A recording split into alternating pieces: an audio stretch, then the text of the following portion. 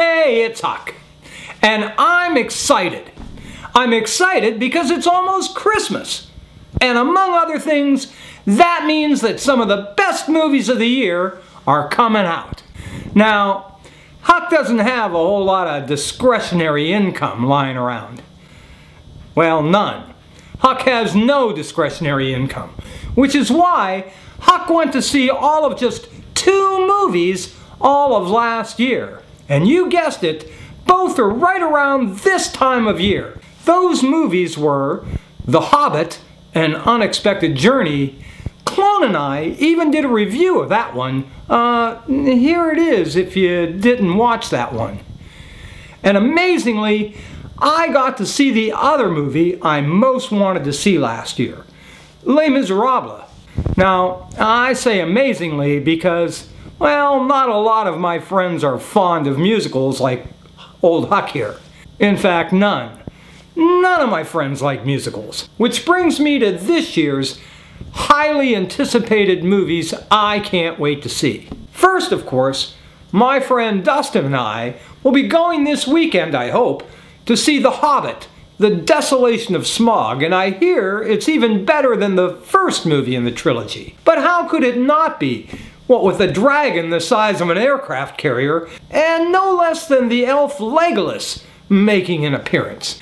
That one's not a problem. We're definitely going to see that. But the other one, well, I hope to go, because up to now I haven't found a friend to go see Saving Mr. Banks with me. And I won't go alone. Now, for those of you who don't know, Saving Mr. Banks is the backstory of how Walt Disney was sort of raked over the coals by the author of the Mary Poppins books in his 20-year quest to get the rights to make that wonderful musical. But the movie isn't entirely accurate. It sort of glosses over the fact that Pamela Travers, the author, never did like the movie and insisted till the day she died that she hated the Disneyfication of her cherished books. Of course, audiences over the years have proven Disney did the right thing, not giving in to Miss Travers' incessant and often crazy demands. Mary Poppins was the biggest hit Disney Studios ever made up to that time, and remains one of the true classics on film. Starring the incomparable Julie Andrews and the stunningly delightful Dick Van Dyke, the movie was at least 20 years ahead of its time, technologically. And then there's the music. One of the Sherman brothers, who wrote the score, said that the song Feed the Birds was Walt Disney's personal favorite of all the songs ever written for Disney films. In the months leading up to its filming, Disney, I guess, would often stop by Sherman's office at the end of the day and ask the composer to sing and perform it for him on his piano. As Disney told him, that song represents what the movie Mary Poppins was all about. I marveled the other day when I looked up some of the old reviews of the movie, and while they all raved about the film, not one seemed to grasp the significance of that song. Now, I'm not ashamed to admit that I've been known to cry from time to time at movies. I can't help it. I do.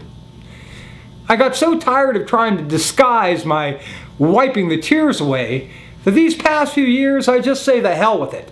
Let the tears flow. If folks don't like it, well, we probably don't have anything in common much anyway, so let them stare. And friends, let me tell you, I cannot watch that gentle old bird woman in that scene with the glorious music rising like the majestic cathedral behind her without letting the tears flow.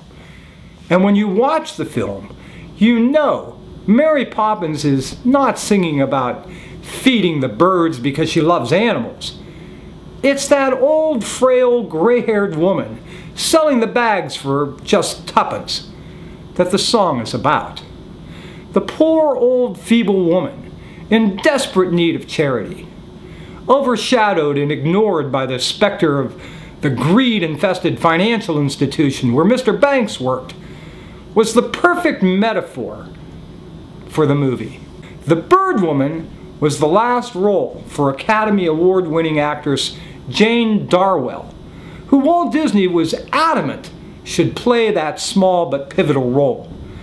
Problem was, she was retired, suffering from poor health and living in an assisted living home when asked to do the part, and so she turned it down. Never one to take no for an answer, however, Walt Disney personally visited Darwell to ask her to reconsider. She was so charmed and honored by his visit and polite insistence, she finally agreed. When I see that film now, I am stricken by how much that old, feeble bird woman reminds me of my mom, her last year or two. And you know what's really strange is my mom loved to watch the birds come into our yard, where we have several small bird feeders and 2 or 3 bird houses that the birds use to hatch their young in the spring. And whenever we had the money, Mom always reminded me to buy food for the birds. Now I'm going to start crying. Sorry. Here are 10 other things you may or may not know about Mary Poppins. Number 10. Before deciding on Julie Andrews for the film, who had never acted in a film before, Walt Disney had actually considered 3 others: Angela Lansbury, Mary Martin, and Bette Davis. That all changed after he watched a scene from the Broadway show Camelot, starring Julie Andrews and Richard Burton. It was shown on the Ed Sullivan Show one night. Andrews was hoping to get the role of Eliza Doolittle in My Fair Lady, another role that she had created on Broadway a few years earlier. But she told Disney she couldn't do the part of Mary Poppins because, well, she was pregnant. To her surprise, Disney told her, "We'll wait." Now that extra time allowed Disney to finally secure the go-ahead from the book's author to make the film. And as it turned out, Andrews was passed over in favor of a big-time star, Audrey Hepburn, for the part in My Fair Lady. Julie Andrews won the Academy Award for Best Actress for Mary Poppins. Hepburn failed to be nominated, in part because her voice had to be dubbed on all of the songs. Number 9. The little boy who played Michael in the film, Matthew Garber, tragically died at the young age of 22 when he was on tour in India. Apparently, he had contracted hepatitis, which spread to his liver from something that he ate there. Number 8.